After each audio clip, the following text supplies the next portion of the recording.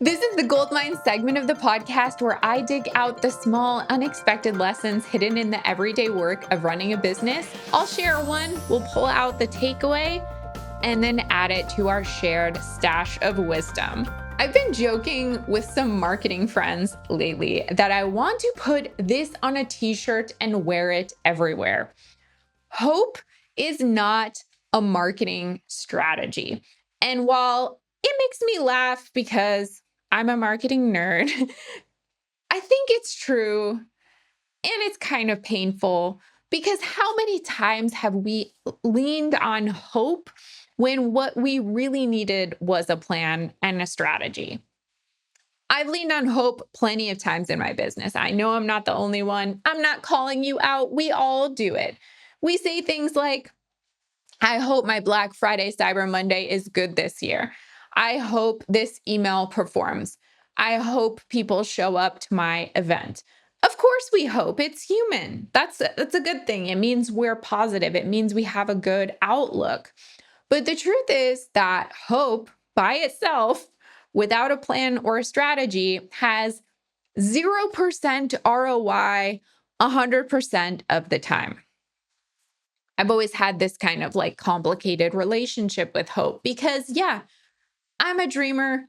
I love envisioning what's possible. I love imagining big wins. I love looking ahead to the future. And that hopeful spark is what gets me excited, especially when things are hard. But I've also learned the hard way that hope can become a trap because it feels really comforting. It lets you feel like you're doing something when really you're not. It shows up for me, hope. I mean, it shows up the strongest when I'm avoiding action. Maybe I'm tired, overwhelmed, scared of failing. It's so tempting to cross my fingers and say, hope this works out instead of actually doing the work. Like, oh, maybe it'll be fine. And in business, especially in marketing, well, it's dangerous because the market doesn't reward hope. It rewards consistency, testing, intention, resilience, all those things. So, how does hope become somewhat of a crutch? The first way is waiting instead of acting. It's that voice that says, I'm just going to hope for the best now, but like start after the holidays. I'll get serious in January, or I'll do that launch when things feel calmer. But in the meantime, I'll like just hope things get better or get done. There's some logic to that. There's maybe some reason for those decisions. But what it really means is you're putting your future in the hands of chance. It's like buying a scratch off ticket and hoping you win $1 million because by waiting or by creating an illusion of action, you're not making results or progress and hoping that your future self will magically have more time, more energy, more confidence. Again, it's just gambling. The second way is under preparing. And this one this one hurts for me because I've done this a lot. Sent an email or done a task at the last minute that I probably should have spent more time on or prepared or put more thought into and just hope it works.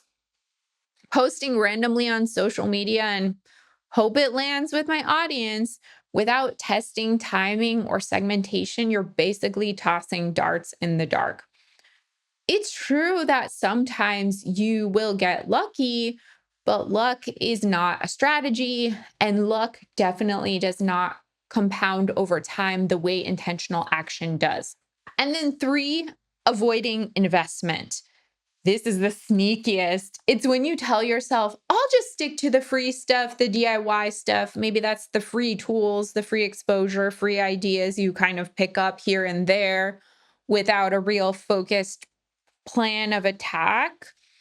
It feels safe and like kind of like busy work when you're just kind of absorbing, osmosising the free things around you. but there aren't any table stakes. You're not risking anything.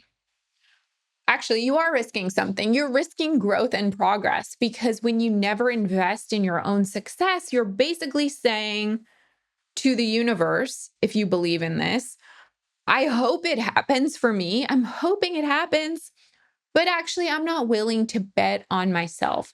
And hope without action doesn't move the needle. I hope this doesn't sound like I'm anti-hope, because again, it's beautiful. It's a spark. It gets us dreaming, thinking, imagining.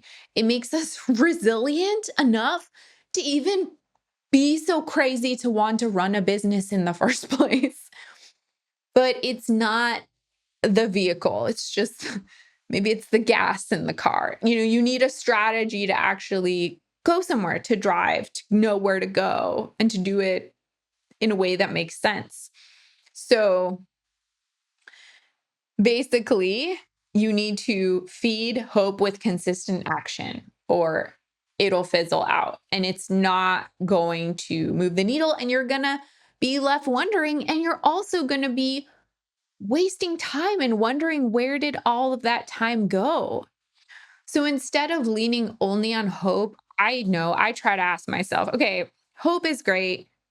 It's great you feel positive about the future, but what's the actual plan here? What's a concrete step I can take to give this hope a fighting chance? When I shift into that mode, it becomes powerful, because it's the motivation that's going to drive me to take the action that I need to take. So hope is not a marketing strategy.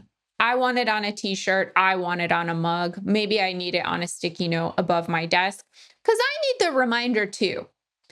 Hope is never the plan, as I've said many times. So the next time you catch yourself saying, I hope this works, I hope I have a good season, I hope I have a good quarter, I hope this social media post goes off, pause. There could be a chance it's fine, because you do have a strategy and you do have action. But ask yourself, am I pairing this feeling of I hope with an action, with a strategy, with something that gives me a small chance of moving the needle? Because the ROI of hope by itself is 0% every single time. It's not going to pay the bills. But when you pair it with action and strategy, it stops being a wish and starts being momentum. Thanks so much for watching. If you found this video helpful, please like, subscribe, and check out my other videos for even more tips.